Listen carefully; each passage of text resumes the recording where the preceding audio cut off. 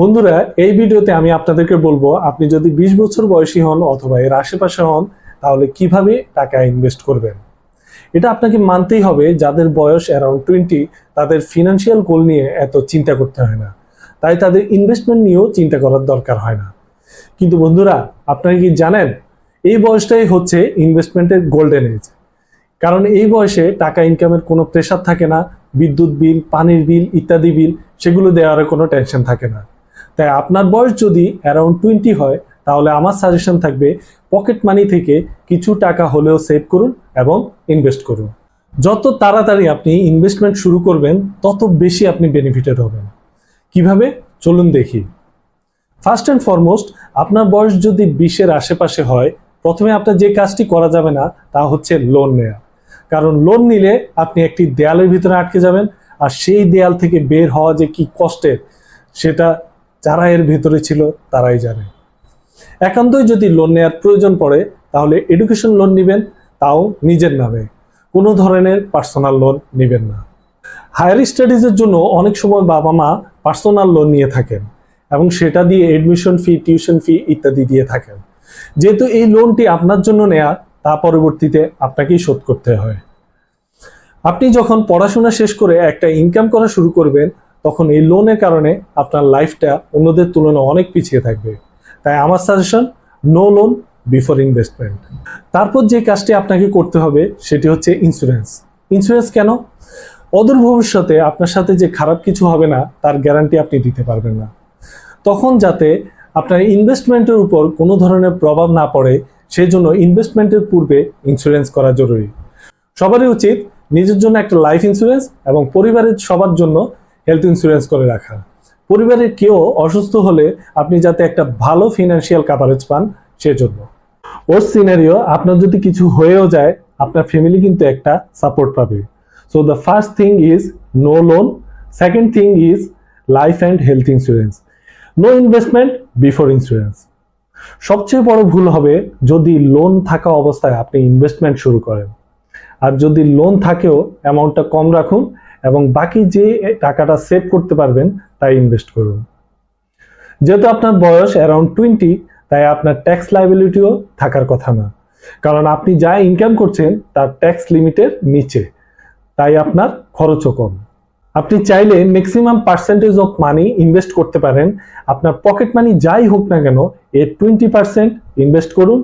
Minimum 20% is good, minimum 20%। খেয়াল রাখবেন এর নিচে যাতে না হয়। এখন কয়েকটা ক্যাটাগরির মানুষ পাওয়া যাবে যারা 20 বছর বয়সের ইনভেস্টমেন্টকে নিয়ে ট্রোল করবে। এক ক্যাটাগরির পোলাপান বলবে যা পকেট মানি পাই তা দিয়ে নিজের চলতেই যান বের হয়ে যায়, ইনভেস্ট করবো কিভাবে। 2 নম্বর ক্যাটাগরির পোলাপান হচ্ছে বাপের টাকায় বাতাস খেয়ে বেড়ানো পোলাপান।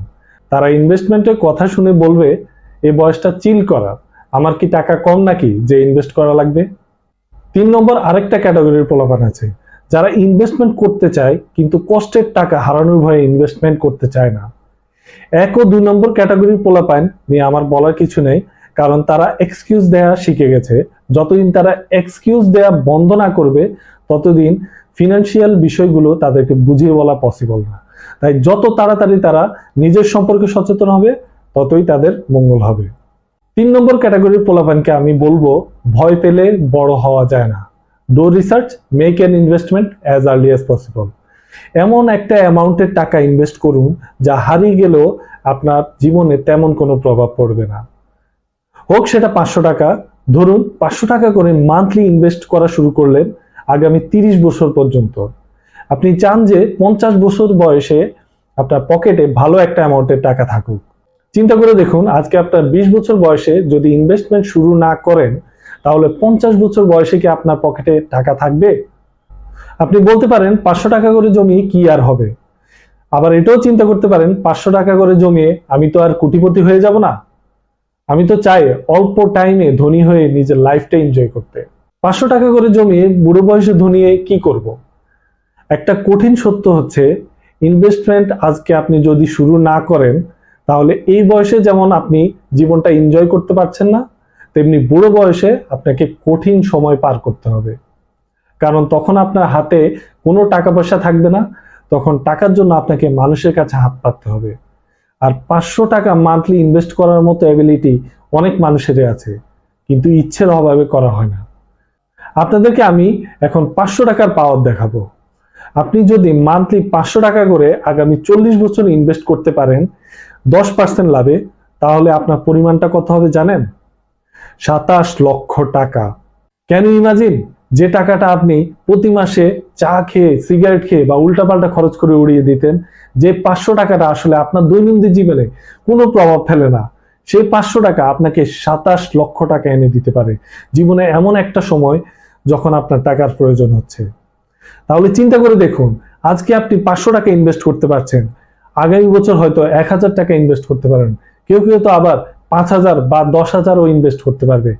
ভিডিওটি পজ করুন এবং গুগলে গিয়ে একটি কম্পাউন্ড ক্যালকুলেটর অন করে নিজেই দেখুন আপনি কত ইনভেস্ট করতে পারবেন এবং কত রিটার্ন পাবেন at the end of the time period. It's huge, man. I can tell you, this is the right time for making an investment.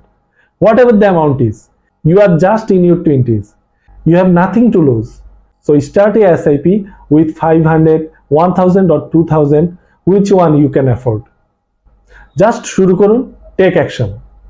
এখন কোশ্চেন হচ্ছে, where to invest that money? কোথায় invest করবেন? যেহেতু আপনার বয়স কম, তাই try করবেন যেখান থেকে সবচেয়ে বেশি রিটার্ন পাবেন সেখানে ইনভেস্ট করতে। Bank never. ব্যাংক আপনার টাকা প্রোটেক্ট করবে, গ্রো করবে না।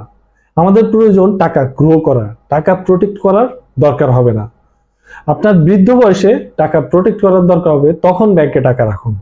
এখন ব্যাংকে টাকা রাখলে আপনার টাকার মান কমে যাবে, ব্যাংকের রিটার্ন ইনফ্লেশনের তুলনায় কম, তাই আর্লি এজে bank is not an option. আমি সাজেস্ট করব টোটাল ইনভেস্টমেন্টের 30% স্টক মার্কেটে ইনভেস্ট করুন। 30% বলছি কারণ আপনার বয়স কম, এখনই রিস্ক নেওয়ার সময়। মার্কেটে যারা অনেক দিন ধরে ভালো করছে সেসব স্টক বাই করুন এবং বাই করার পর এগুলোর কথা ভুলে যান। কেন ভুলে যাবেন?